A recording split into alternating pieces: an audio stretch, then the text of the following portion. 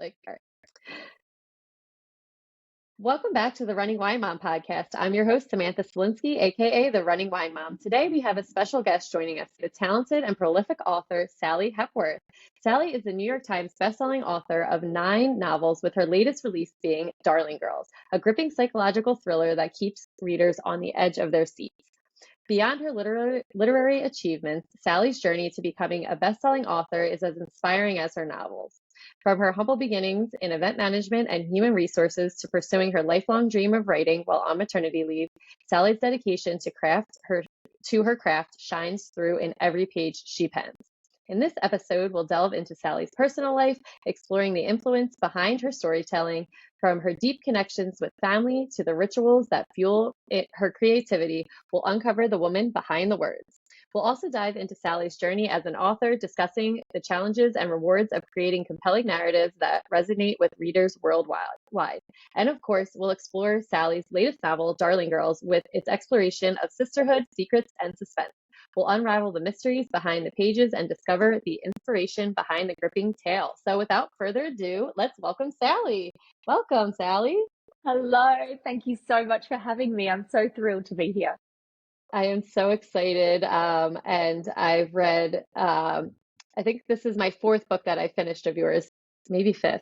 I'm not sure. Oh, But I love you as an author, so I'm so excited to have you on.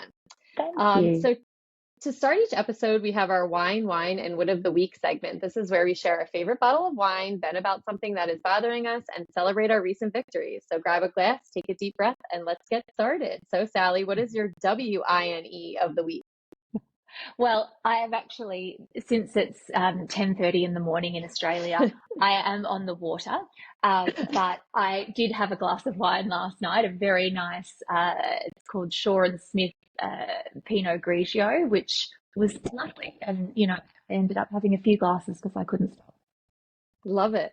And what is your WHINE of the week? Oh, it's hard to narrow that down, but I was just having a good old whine about the fact that the laundry never ends on the last podcast that It really doesn't. I'm just desperately trying to share tips on how to get through it. It's a really basic one, but I feel like everyone can agree when you just look at that Yeah. laundry pile and think, what are you still doing there? I just did laundry last week, Yeah. And I saw you have the laundry gate Yeah. with your I saw that and I'm thinking, oh my gosh, it really doesn't. In February, my family had to go ahead of me on vacation because I had to go to work. So I had like a weekend to get every single piece of laundry done, and it took Oh, forever. But then we came back and there it is again. I'm like, it just never stops. So what it are we never doing about stops. this? I'm desperately seeking a solution, but apparently not. If you find one, send it my way, please. I will. I absolutely will. So what is your win of the week? I think probably the fact that I am packing for my US book tour, and I always notoriously find packing very difficult, and I can never kind of figure out what needs to come and what doesn't and how to fit it all in. But I have really, I went early, which is a really good idea, and I have got my bag more or less packed. Like it's always the last few things that are a Mhm. challenge, but I think I'm like 90% there, which is very good for me. Congratulations. And I always like to ask my guests, what is one struggle that you've overcome leading to where you are now? And what is one thing that you are most proud of in your life? One struggle that I have overcome is probably, and this is one of the just benefits of being in your 40s, is just learning to be yourself and be honest about, if you don't know something, if you've stuffed something up. This morning, for those of you who are listening, I got the time completely wrong for this podcast. And I did that for another one last night. The time differences just completely does my head in. And it's so nice to be able to just go, I'm so sorry. This is completely my fault. And people are so understanding when you Mhm. do that because everyone knows what it's like. And so I think that struggle of feeling like, I mean, I still feel like I want to be on top of everything, of course, but letting go of that kind of self-flagellation, if you do stuff something up, because generally people are really understanding. So that's, yeah, I would say that's probably a struggle that I have, or I'm continuing to overcome. What was the other one? The other question What was? is one thing you are most proud of in life? Probably my friendships with my girlfriends. I've had a really tight group of girlfriends for most of my life, since when I was a child, and um, just more and more over the years, I've realised that they are the ones that I turn to, and who hold me when I need it. And you know, someone said to me recently, "It's so lovely that you have all of these warriors, supporting you," and and I said, yes, I'm so lucky. And then they said, but you have also been in the army, you've also been a warrior for them. And it's true, like, you do, these friendships that come over generations are so, embedded, and they're the creation of so much history and support and love. And I'm really proud of that. Yeah, and a lot of people really don't have that. I'm like you. I have a strong group of female friends from childhood as well. And to see each other go through all different phases of life from, you can Yeah. remember them in, second grade, and Yeah. to see them now you're with kids, and to grow together, but so to understand each other's worries is so important. And so that's an awesome thing to have in life. Yeah. Um, so the Running Wine Mom, we start off with a little fitness. So what is your favorite way to stay active? So my latest fairly new active habit is swimming. I actually live right near the beach, and I used to be the kind of person that got cold in the water and didn't want to get in, but now I swim in the ocean every day, Oh, even that's in the awesome. winter. And I just find it so restorative. Like, as well as being exercise, there's something about getting in that salt water that just feels Hmm. like it's good for me and it's doing me good. So that I just love that. And on top of that, I do a bit of walking and I do a bit of yoga. So they're all fairly gentle um, exercises. I'm not a big, jumping around wild sports kind of person, but I just love to move my body and stretch and, just keep things moving. So yeah, they're the things That's I do. that's awesome. The ocean water is always, the salt water is good for the soul. It is just such Yeah. a healer of all. How do you stay motivated to maintain your fitness routine? Well, I think it's become easier since it's been about my mental health as opposed to, and my physical health, but Mhm. as opposed to what I look like. I think, earlier in my life, exercise was something that you did to try and, yeah, look a certain way or fit Mhm. into certain clothes. Whereas now, when you're 43 years old, and it's about mental health, it's about, things like, if I don't exercise, I get a sore back and a sore knee. Yeah, so true. And so it's a self motivation, in that, like, if you don't do it, it causes you pain. So that keeps me on track. Oh, that's awesome. So let's move on to parenthood. So can you tell us about your family? Yes, I'm a single mum. I've got three children: 15-year-old son, 12-year-old daughter, and a 7-year-old daughter. And we're a tight knit. We've got a dog as well, and yeah, they're great. They're the loves of my life. Of my That's life. awesome. And what were you least prepared for in parenthood?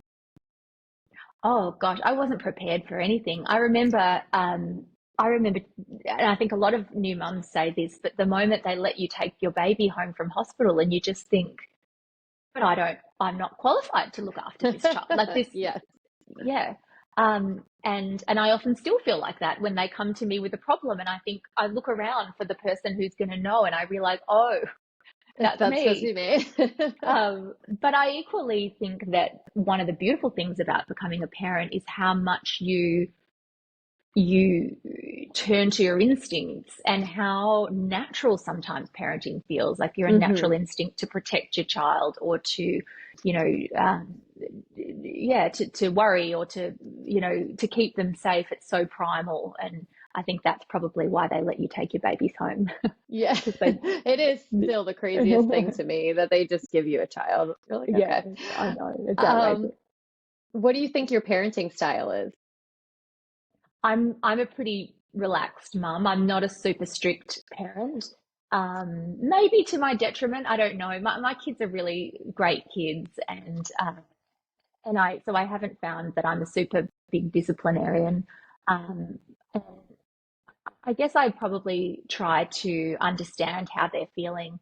I really remember what it was like being a child, and I remember Mhm. how difficult it is to be a child. And so I always try and lean into that, and try and kind of figure out what's going on more than, you know, laying down the rules. And that works for my kids. I don't know that, it's necessarily, I don't advocate a certain way to parent, but I think Yeah. we do need to trust our instincts on what's best for our kids. And what is one piece of advice you would give other parents? Oh, I don't know if I'm in a position to give advice to any parent.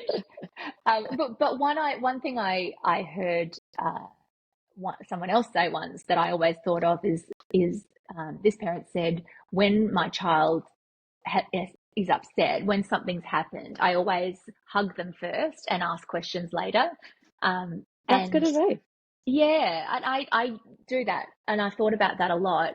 And I don't think it can really steer you wrong. I think if they've done Mhm. something, still like a hug, they're upset, they're a child, and you can give Yeah. them a hug and reassure them that it's going to be okay. And then, sometimes they have to be disciplined, but I think no child has really gone off the rails because they were hugged Of a too hug. much. Hmm. Yeah. I agree with you. That's great advice.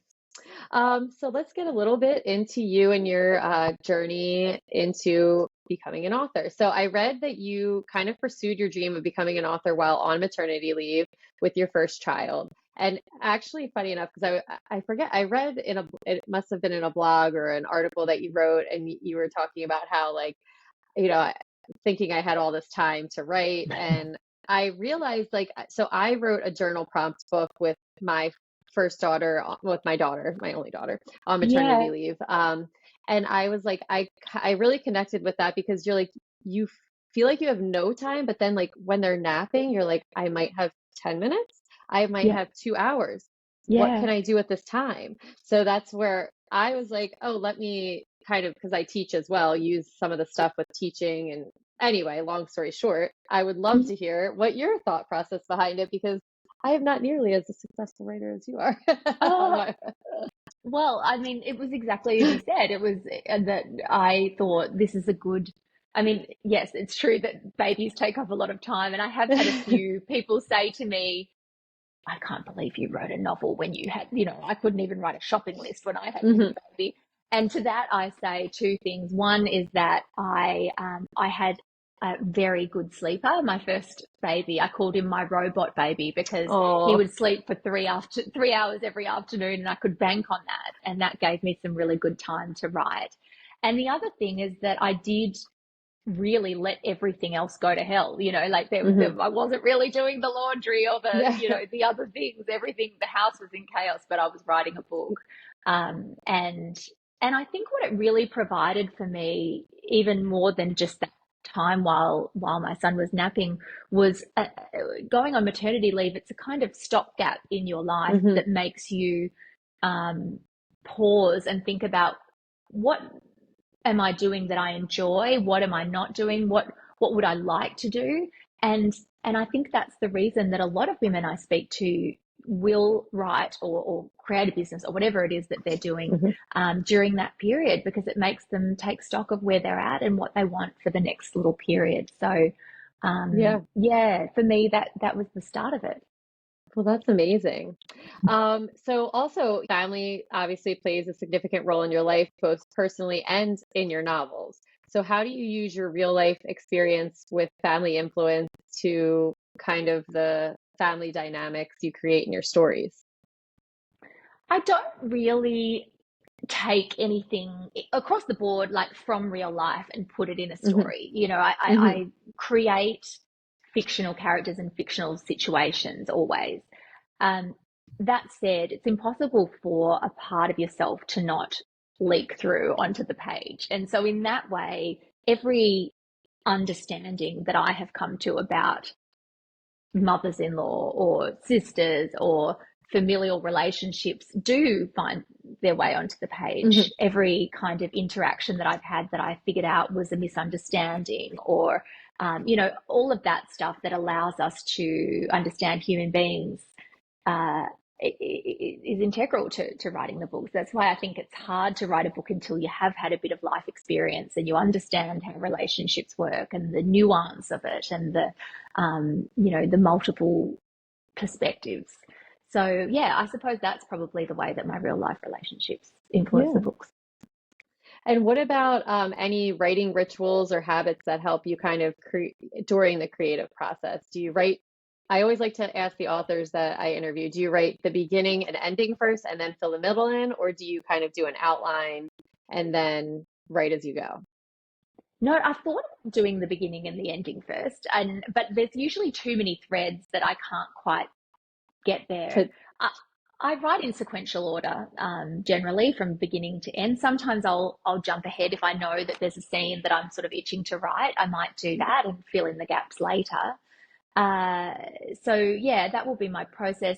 Rituals I mean, in an ideal world, I will be in a quiet house with, maybe a candle burning and a coffee, and, and that's ideal, conditions. But much more often I find myself, watching a football game while my kids are playing, or, in the car, or on my couch because, someone else is at my desk. And it's just, the world is messy, and often I can't get my perfect conditions, and that's okay. I write every day when I'm writing a new novel, because I have to kind of keep that momentum going or I lose it. But where it can happen is pretty, there's plenty of options, and yeah, it could be anywhere. that's awesome. So you've sold over 1 million books worldwide. What has been the most rewarding aspect of your journey as an author so far? I think what has happened over time that's been really nice is I remember in the early days of writing, and someone would ask what I do, and I would say I write novels, and they'd say, "Would I have heard of anything you've written?" And I would always kind of cringe because I'd think probably not, and this is going to be an awkward conversation. But one of the nice things, I guess, that's been quite rewarding 9 books on is now, more often than not, I will say I write novels, and I'm pretty sure they will have read one of my books, and Hmm. and usually they have. Or if they haven't read one, they've heard of them, or they saw their friend with it, and and that's hugely rewarding. What a dream to be kind of well known enough to feel that confidence. So yeah, that I think that would be it probably. Yeah. And then even so the mother-in-law is possibly being adapted to TV with Amy Poehler, right? Yeah, So how does that feel? That's what it can you talk feels anything about that or well, at this point, almost all of my books have been optioned, I think. yeah. Yeah, apart from the first couple, which is amazing and so exciting. The mother-in-law, of course, yeah, as you said, with Amy Poehler, incredibly exciting, and I was able to meet her as well, which was Wow. so special. And they're all in different stages of development at this point. So I don't really know which one will come first, but I've been, thrilled to read a couple of scripts, and to Wow. have a few early meetings with producers. So fingers crossed. I think I'm hopeful that at least one of them will be made in, the coming years. So Oh, that'll be yeah, so awesome. watch this space. Yeah. Yes. So let's get into Darling Girls. It comes out April 23rd, which is when this podcast is going to be aired. It explores the intricate bond between foster sisters amidst the backdrop of secrets and suspense. So, what inspired you to create this particular story? Well, I write about family relationships, and so it really was, foster care was something that kept coming up. I've written about a lot of biological relationships, mothers-in-law, and sisters, and all of the things. But uh, foster care was interesting because it's not really a familial relationship in its truest sense. And in the book, these 3 sisters, as it were, don't have any biological connection. They were just raised in foster care together, and they chose to call themselves sisters. And, many years later, once they've left the foster home, they continue to call each other sisters and live like sisters. So that was something I thought was going to be really interesting to cover in a book. And the actual story, I guess, was prompted by two things. One was a friend of a friend who was fostering children, who I'd taken an interest in it because I've always been interested in foster care. And our mutual friend used to tell me things about how it was going. And one day she told me that this woman was fostering two little boys, and they had started to call each other brothers, and they would tell people they were brothers. And I thought, like, that it's so understandable when you think about it, that they've been taken away from their homes and their, families, whatever they were, their things. And so of course they're going to try and create these connections with people. And I thought that's something I can kind of explore in a book, why we do that and how that works. And then the other part, which for those who haven't read the book, this is a kind of through line of the book, is I read a newspaper article about a little girl who went missing from foster care when she was 3 years old, and who 20 years later saw herself on a missing persons TV show, said, I think that looks like me, did a DNA test. It was in fact her. And that kind of came together with, oh, am I going to write about foster care? I see what the plot could be. By the way, if you're listening, it's not exactly that what happened. I haven't just spoiled the book, but that was a little kind of it was a little seed that prompted me to put together the plot of this book. Yeah, and that's when I was reading it, actually, have you ever heard of the book Before We Were Yours? I forget yes. who, yeah, so that Lisa also Wingate, I think. yes, that made me some things in that kind of made me think of, back to that, even though they're totally different books, but Yeah. I read that last summer and it just really stuck with me, and I was thinking, kind of back to that, and kind of brought back thoughts of that book. But anyway, Yeah. so in the book, the girls, they have to confront their past, which is very traumatic when a body is discovered under the childhood home. What challenges did you face when portraying such sensitive themes? Because there were a lot through the book. How did you kind of go about that? Look, it was pretty instinctual, what I said and didn't say. I did speak to a number of women who grew up in foster care in order to prepare for the book, and they really gave me a good sense of what could happen, of course, and they really ran the gamut from very good experiences to very, very bad experiences. And so I wanted to demonstrate something that was plausible, realistic, but also I didn't want to kind of trot out every possible thing that could happen either. Like, I kind of had to choose I had to think, who is this foster mother, and how does she rule this house? And so, yeah, I really did just follow my instincts, and I wanted to do justice to this particular story. So it does go into some stuff that's a bit confronting. I also didn't want it to be that kind of, shock trauma that you just keep throwing terrible thing after terrible thing. So Right. I think that comes from the gut. You just know as the author, this should stay in, this should come out, and that's what I did. Yeah, and it did do a good job of, there was, some hard parts to read, and then it would kind of go to something where, it was very well Thank you. sprinkled through, I guess. I guess that would be the word for it. Well, you've got to balance the light and the shade, I think. Yes, And yes. there were some moments that were quite dark, and then, had to balance it with a bit of levity without taking away from the seriousness. So, that was probably my challenge, I would say. The other thing about this novel is that it incorporates perspectives from multiple characters and multiple timelines, which can sound confusing. It was not confusing for me, I will say that. It was very easy to follow. Great. But how did you kind of approach that, weaving things together through different narrative threads to create a cohesive story?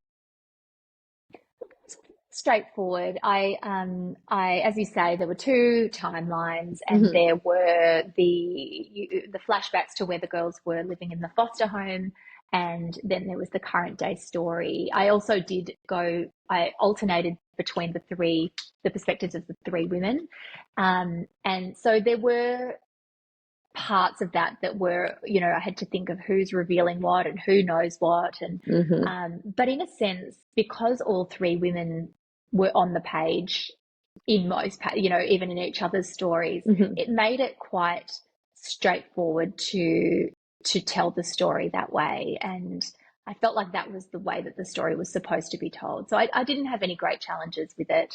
I've done some more trickier timelines that have really got me in trouble, but this one, Yeah. I think it worked for the story, so it wasn't too difficult. Yeah. Excuse me. No, that's okay. So Miss Fairchild is their foster mother, and the three foster sisters, there's connections between their childhood and adulthood with how they're acting. How did you develop the complexity of them and figure out, for example, with Jessica, her cleaning or, very Mm. pristine focus? How did you kind of pick those for each girl? Look, I didn't really pick them. I kind of created the book, and at the beginning, they're almost like cardboard cutouts, like talking heads, and you kind of, well, this is who this person is. And one of the great things that taking you into the back story does as the author is that you are able to figure out the why.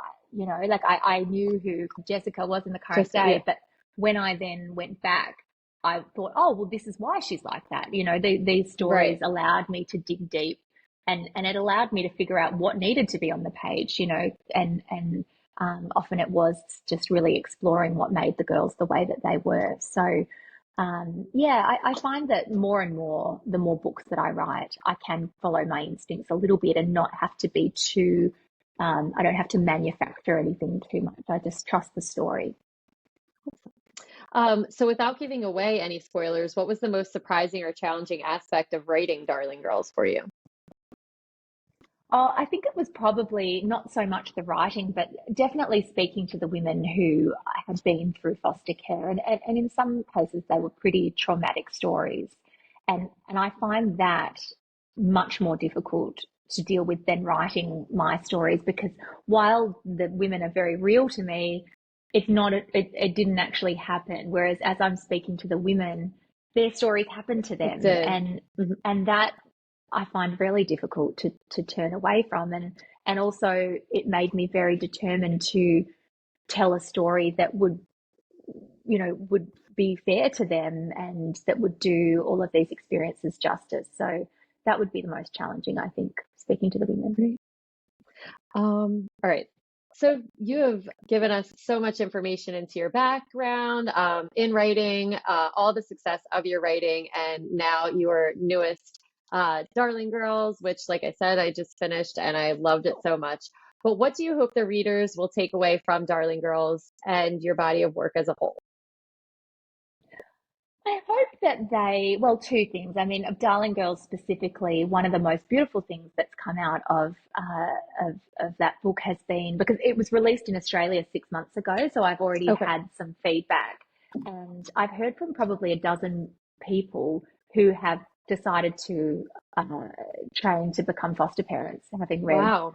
the book, which was so powerful Awesome. and so beyond kind of what I had imagined for this book. If I like to write a book to entertain and to draw people in and to show them empathetic views and that everyone has their own story. But I think that fiction is so powerful in that it can allow people to see into these worlds and maybe make a change to their own world. And then, if it's becoming a foster parent, well, then that also can make a change to someone else's world. And I think that's the magic of books, I think. Yes, it's so true. You're so right. That's awesome. And I don't know if you had that thought when you wrote it, that you thought, did you think that people would want to become foster parents when you were writing this? No, no, So I that's didn't. amazing. And Yeah. yeah, and as I That's, say, I always keep my focus on I don't want it to become too, I want to change the world with my fiction, Right. because I think that I don't want it to be heavy-handed. I want the Hmm. story to be the story. Hmm. And in a way, as the author, you can't control what comes from that. But I'm so thrilled when I, hear that good things have come from it. That's amazing. Well, that's awesome. Mm. All right, so that's going to bring us to the end of another episode of The Running Wine Mom. As we near the end of our conversation with Sally Hepworth, I'm feeling inspired by her journey as both a writer and a woman. From her heartfelt reflection on family and love to her insights into the art of storytelling, Sally has shared invaluable wisdom that will linger long after this episode. As we bid farewell, I can't help but feel a sense of anticipation for what lies ahead. With Darling Girls captivating readers around the world and Sally's unwavering commitment to her craft, it's clear that her literary journey is far from over. So, to all of our listeners, I encourage you to pick up your copy of Darling Girls, which will air today, April 23rd, and immerse yourself into the thrilling world crafted by Sally. And while you're at it, explore her extensive catalog of novels, each one a testament to her talent and passion for storytelling. And as always, if you enjoyed this episode, please consider subscribing, leaving a review, and sharing it. You can also follow me on Instagram at the running wine mom _. And Sally, where can the listeners find you? They can find me on Instagram at Sally Hepworth, and on my website, which is sallyhepworthauthor.com. I'm also on Facebook, but I'm probably most prolific on Instagram. Awesome. And I will link all that. Thank you so much for coming on today. I really appreciate it. Yes. So thank you so much for joining me today. Remember, you are strong, you are capable, and you are all amazing. Until next time, keep running, keep sipping, keep reading, and keep embracing the joy of motherhood. Cheers, and I will be back next Tuesday.